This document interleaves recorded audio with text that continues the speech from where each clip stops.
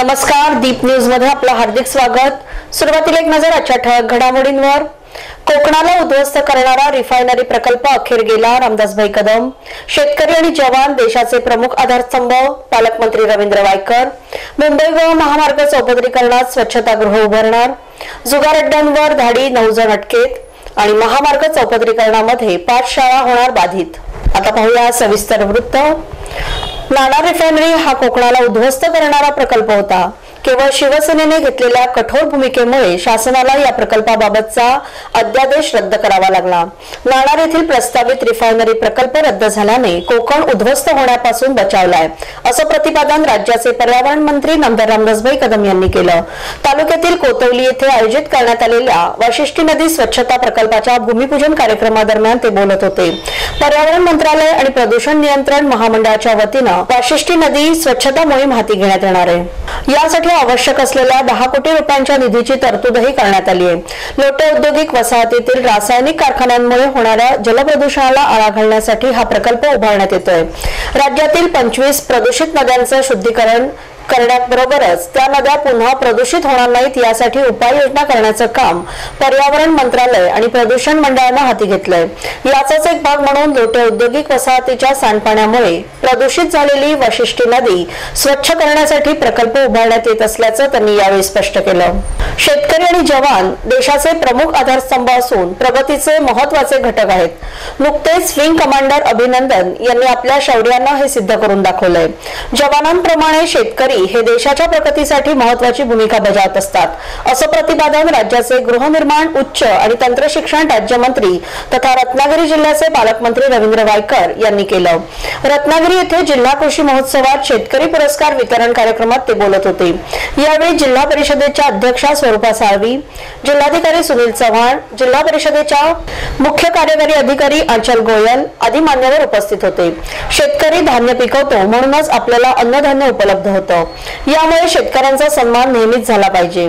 शेतकऱ्यांना प्रोत्साहन आणि शेतीविषयक विविध तंत्रज्ञानाची माहिती या प्रदर्शनाद्वारे मिळणार आहे, असं सांगून वायकर म्हणाले, प्रगत कृषी तंत्रज्ञानाचा उपयोग शेती उत्पन्न वाढवण्यासाठी होतोय। कृषी विद्यापीठ शास्त्रज्ञ यांच्या माध्यमातून शेतीसाठी आवश्यक खतं, बियाणं, अवजारे विकसित होत आहेत। शेतकऱ्यांचे प्रश्न शासनाच्या माध्यमातून सोडवले जातील असंही पालकमंत्र्यांनी सांगितलं। मुंबई गोवा राष्ट्रीय महामार्गाचं सध्या चौपदरीकरण जोरात सुरू आहे।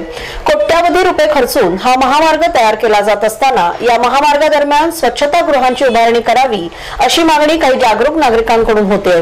कर्नाटक राज्यातील राष्ट्रीय महामार्गाप्रमाणे या महामार्गावर पर्यटकांच्या सोयीसाठी अशी व्यवस्था करावी अशी आग्रही मागणी होते। कर्नाटक राज्यामध्ये असलेल्या राष्ट्रीय महामार्गावर 5 ते 10 किलोमीटर अंतरावर दोन्ही बाजूला स्वच्छतागृहांची उभारणी करण्यात आली आहे। या धर्तीवर मुंबई गोवा राष्ट्रीय महामार्गावर देखील अशा प्रकारची व्यवस्था करावी अशी मागणी होते। खेड पोलीस स्थानकच्या नवनिर्वाचित पोलीस निरीक्षक सुवर्णा पत्की यांनी अवैध जुगार आणि मटका व्यवसायांवर कठोर कारवाई करून खेड आणि बर्णे परिसरातील अनेक अवैध जुगार अड्डे उद्ध्वस्त केलेत। या कारवाई दरम्यान पोलिसांनी एकूण 9 जणांना ताब्यात घेतलंय। खेड शहर आणि भरणे नाका परिसरात मोठ्या प्रमाणात जुगार अड्डे सुरू असल्याची माहिती पोलीस निरीक्षक सुवर्णा पत्की यांना मिळाली होती। यानुसार सोमवारी सायंकाळी जुगार अड्ड्यांवर धडक कारवाई करून प्रभाकर लोहार, रुपेश माने, शशिकांत पवार, दिनकर उर्फ बारक्या लोहार, विशाल कापडी, दीपेश कदम, प्रकाश बर्गे, असलम सुर्वे आणि अजय चव्हाण या 9 जणांना अटक केली आहे। पोलिसांनी या अड्ड्यांवरून जुगारासाठी वापरण्यात येणारं साहित्य आणि काही रोकडही जप्त केली आहे। खेडच्या पोलीस निरीक्षक सुवर्णा पत्की यांनी जुगार अड्डे चालकांवर केलेल्या या कठोर कारवाईमुळे जुगार अड्डे चालवणाऱ्यांचे धाबे दणाणलेत।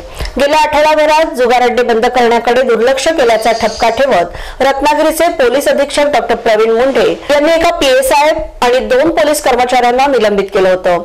या पार्श्वभूमीवर काल खेड पोलिसांनी केलेल्या कारवाईला विशेष महत्त्व प्राप्त झालंय। खेडमध्ये एकही अवैध व्यवसाय सुरू ठेवणार नाही असा निर्धार पोलीस निरीक्षक सुवर्णा पत्की यांनी केलाय। महामार्ग चौपदरीकरणामध्ये तालुक्यातील 5 जिल्हा परिषद शाळांना धक्का पोहोचण्याची शक्यता निर्माण झाली आहे। यामध्ये उदळे खुर्द शाळा, कळंबणी बुद्रुक क्रमांक 1, भरणे आदर्श शाळा क्रमांक 1, जांभुर्डे मोरवंडे केंद्र शाळा, दाभिळमाळ शाळा या 5 शाळांचा समावेश आहे।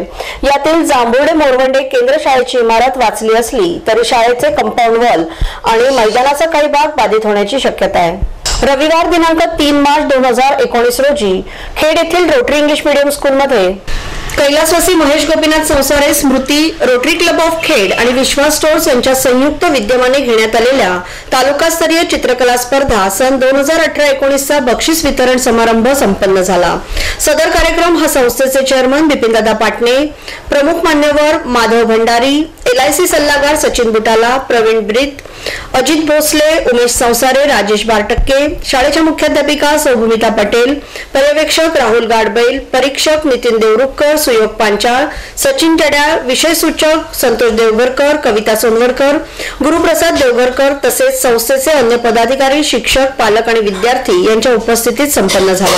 कार्यक्रमाची सुरुवात सरस्वतीचं पूजन करून करण्यात आली। यानंतर कार्यक्रमासाठी उपस्थित प्रमुख मान्यवरांचं स्वागत करण्यात आलं। सदरच्या स्पर्धेमध्ये तालुक्यातील अनेक शाळांमधील विद्यार्थ्यांनी उत्स्फूर्तपणे सहभाग दर्शवून यश संपादन केलं। सर्व यशस्वी विद्यार्थ्यांना प्रमुख मान्यवरांच्या शुभ हस्ते सन्मान चिन्ह आणि प्रशस्ती पत्रक देऊन गौरवण्यात आलं।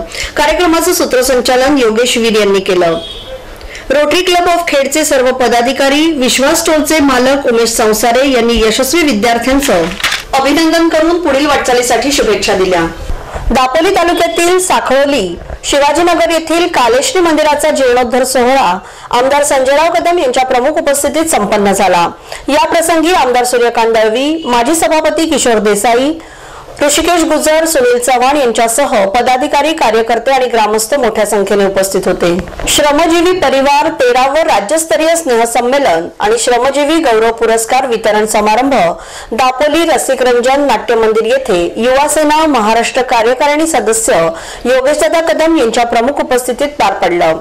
यावेळी दादांसमवेत उपजिल्हा प्रमुख सुधीर कारेकर, विधानसभा संपर्क प्रमुख दादा गोवळे, माजी पंचायत समिती सभापती भगवान घाडगे, तालुका संपर्क प्रमुख प्रदीप जाधव, तालुका प्रमुख प्रदीप सुर्वे, युवासेना तालुका अधिकारी सुमित जाधव, शिवसेना युवासेना महिला आघाडी पदाधिकारी आणि कार्यकर्ते मोठ्या संख्येने उपस्थित होते।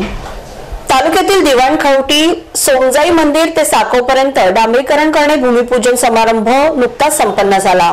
या प्रसंगी दापोली खेड मंडणगडचे लोकप्रिय आमदार संजयराव कदम, खेड तालुका उपाध्यक्ष विजय दरेकर, सरचिटणीस सुनील शिंदे, विलास दळवी, दिवाणखवटीचे सरपंच रुपाली साळवी, संजय मोरे, दिलीप मोरे, हनुमंत मोरे, कैलास यादव, अनंत सागवेकर, मंगेश सागवेकर, बाळाराम साळवी, मनसूरभाई जोगिलकर, दीपाली मोरे, दयानंद पाष्टे, अविनाश वाडकर, अक्षय बेलोसे तसेच राष्ट्रवादी काँग्रेसचे पदाधिकारी आणि कार्यकर्ते ग्रामस्थ मोठ्या संख्येने उपस्थित होते। खेड येथील ज्येष्ठ नागरिक संघातर्फे 8 मार्च या जागतिक महिला दिनाचा औचित्य साधून ज्येष्ठ महिलांच्या स्पर्धांचं आयोजन केलं होतं। तसेच सुसरी नंबर 2 येथील मानसी भुवड या एकमेव महिला रिक्षा चालक युवतीचा सत्कार केला। शाल, श्रीफळ आणि भेटवस्तू असं या पुरस्काराचं स्वरूप होतं।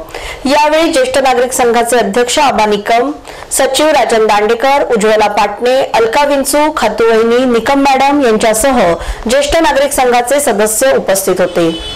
कोकण आणि पश्चिम महाराष्ट्र जोडणाऱ्या वैभववाडी कोल्हापूर या नवीन रेल्वे मार्गाला मंजुरी मिळाल्यामुळे कोकणच्या विकासाला हिरवा कंदील मिळालाय। दोन्ही विभाग जोडले गेल्याने व्यापार, उद्योग, पर्यटन आणि वाहतूक आदी विविध क्षेत्रात विकासाची नवी द्वारं खुली होणार आहेत। केवळ 1.5 तासात वैभववाडीतून कोल्हापूर गाठणे शक्य होणार असल्याने वेळ आणि पैसा या दोघांची बचत होणार आहे। तत्कालीन रेल्वे मंत्री सुरेश प्रभू यांच्या प्रयत्नामुळे 107.65 किलोमीटर लांबीच्या रेल्वे ट्रॅकला रेल्वे बोर्डाकडून मंजुरी मिळाल्यानं कोकणवासियांचं आणखी एक स्वप्न साकार होण्याचा मार्ग मोकळा झालाय। पश्चिम महाराष्ट्रातून दररोज 800 ते 1000 टन माल कोकणात येतो। यात प्रामुख्याने किराणा, दूध, अंडी, भाजीपाला यांचा समावेश आहे। या उलट कोकणातून आंबे, मासे याची कोल्हापूरकडे वाहतूक होते। नव्या रेल्वे मार्गामुळे हा व्यापार अधिक सोयीचा आणि स्वस्त होणार आहे। न्यायालयाच्या बंदी आदेशानंतरही मोरवणे येथील जंगलात धगधगत असलेल्या कोळसा भट्ट्यांवर धाड टाकून वन विभागाने 535 पोती कोळसा जप्त केलाय। या कारवाईमुळे मोरवण्याच्या जंगलात कोळसा भट्ट्या धगधगत असल्याचं स्पष्ट झालंय। या प्रकरणी चौघांवर गुन्हा दाखल करण्यात आलाय। दरम्यान वन विभागाच्या सुस्तावलेल्या कारभारामुळे 2 वर्षांनंतर पुन्हा दसपट्टी भागात पुन्हा कोळसा व्यावसायिकांनी साम्राज्य सुरू केल्याचे उघड झालंय। सह्याद्रीच्या पर्वतरांगांमधील जैवविविधता आणि मुबलक वनसंपदा आहे। व्याघ्र प्रकल्प आकार घेत असलेल्या सह्याद्रीत जंगलांची मोठ्या प्रमाणात तोड सुरू आहे। कोकणात कोकणातील 4ही जिल्ह्यात शासनाने वृक्षतोडीस बंदी घातलेली असतानाही मोठ्या प्रमाणावर तोड होत असल्याबाबत आश्चर्य व्यक्त होत आहे। गेल्या महिन्यात खेर्डी येथील एका हॉटेलमधूनही मोठ्या प्रमाणात कोळसा जप्त करण्यात आला होता। त्यानंतर 2 दिवसांपूर्वी एका पर्यावरण संस्थेने केलेल्या तक्रारीनुसार वन विभागाने मोरवणे जंगलातील कोळसा भट्टी उद्ध्वस्त केली। शिवसेनेच्या आग्रहामुळे मुख्यमंत्री देवेंद्र फडणवीस यांनी नाणार तेल शुद्धीकरण प्रकल्पाची अधिसूचना रद्द करण्याचा निर्णय घेतला आहे। मात्र हा प्रकल्प महाराष्ट्रातच होण्यासाठी राज्य सरकार आग्रही असून गुहागर आणि रोहा या प्रमुख 2 पर्यायी ठिकाणांचा विचार केला जातोय। याशिवाय समृद्धी महामार्गावरील एखाद्या सोयीच्या ठिकाणाचीही चाचपणी सुरू असल्याचं वरिष्ठ अधिकाऱ्यांकडून समजतंय। राजापूर तालुक्यातील नाणारसह 14 गावांमध्ये जगातील सर्वात मोठा रिफायनरी प्रकल्प प्रस्तावित होता। मात्र त्याविरोधात स्थानिकांनी सुरू केलेल्या तीव्र आंदोलनाला शिवसेनेने पाठिंबा दिला। राज्यात शिवसेनेशी युती करण्याची राजकीय आवश्यकता भाजपपुढे निर्माण झाली। त्यासाठी शिवसेनेने नाणार रिफायनरीसाठीची अधिसूचना रद्द करण्याची मुख्य अट ठेवली। त्यामुळे राजकीय तडजोडीतून नाणार परिसरातील भूसंपादनाची अधिसूचना रद्द करण्याचे मुख्यमंत्री देवेंद्र फडणवीस यांनी मान्य केलं। नाणार अधिसूचना रद्द केल्याची घोषणा 6 महिन्यांपूर्वी उद्योगमंत्री सुभाष देसाई यांनी केली होती। मुंबई गोवा महामार्गावर रायगड जिल्ह्यातील नागोठणेजवळ ट्रक आणि डंपरची धडक होऊन झालेल्या अपघातात 2 जण जखमी झाले। ही घटना आज सकाळी घडली। ट्रकच्या केबिनमध्ये एक जण अडकल्याने त्याला काढण्यासाठी क्रेन लावण्यात आले होते।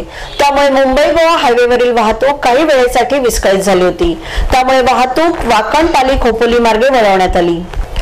शिमगोत्सवानिमित्त चिपळूण तालुक्यातील श्रीदेव नागार्जुन कला क्रीडा मंडळ कापरे देववाडी यांच्या वतीने कैलासवासी प्रताप अशोक मोरे स्मरणार्थ अंडरआर्म क्रिकेट स्पर्धेचे आयोजन करण्यात आले। एकच ध्यास कापरे गावाचा विकास या विचाराने गेली अनेक वर्षे मंडळाच्या माध्यमातून विविध उपक्रम राबवले जातात। यावर्षी गणपती विसर्जन घाट बांधण्याचा निर्णय मंडळाच्या वतीने करण्यात आलाय। यासाठी आपल्या मंडळाचे सभासद, नातेवाईक, मित्र परिवार यांनी मंडळाला आर्थिक सहकार्य करावं असं आवाहन करण्यात आलंय। महानगरपालिका आणि जिल्हा परिषद शाळांमधील शिक्षक देशद्रोही आहेत, ते केवळ पाटा टाकण्याचं काम करतायत असं बेताल वक्तव्य करणारे पुणे येथील वक्ते प्राध्यापक जाधव यांचा रत्नागिरी जिल्ह्यातील शिक्षक संघटनांच्या वतीने जाहीर निषेध करण्यात येतोय। काही ठिकाणी प्राध्यापक जाधव यांच्या विरोधात शिक्षक संघटनांनी पोलिसात तक्रार नोंदवली अशी माहिती मिळते। 18 फेब्रुवारी रोजी एका जाहीर कार्यक्रमात प्राध्यापक जाधव यांनी महानगरपालिका आणि जिल्हा परिषद शाळांमध्ये शिकवणाऱ्या शिक्षकांबद्दल बेताल वक्तव्य केलं होतं।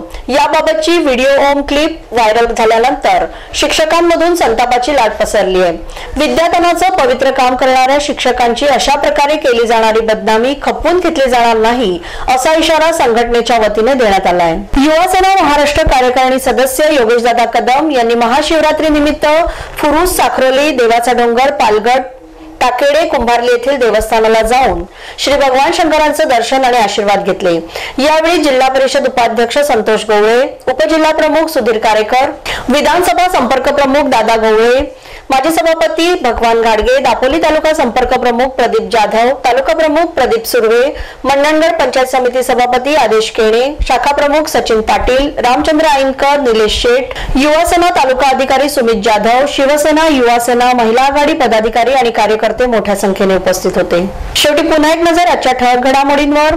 कोकणाला उद्ध्वस्त करणारा रिफायनरी प्रकल्प अखेर गेला, रामदासभाई कदम। शेतकरी आणि जवान देशाचे प्रमुख आधारस्तंभ, पालकमंत्री रवींद्र वायकर।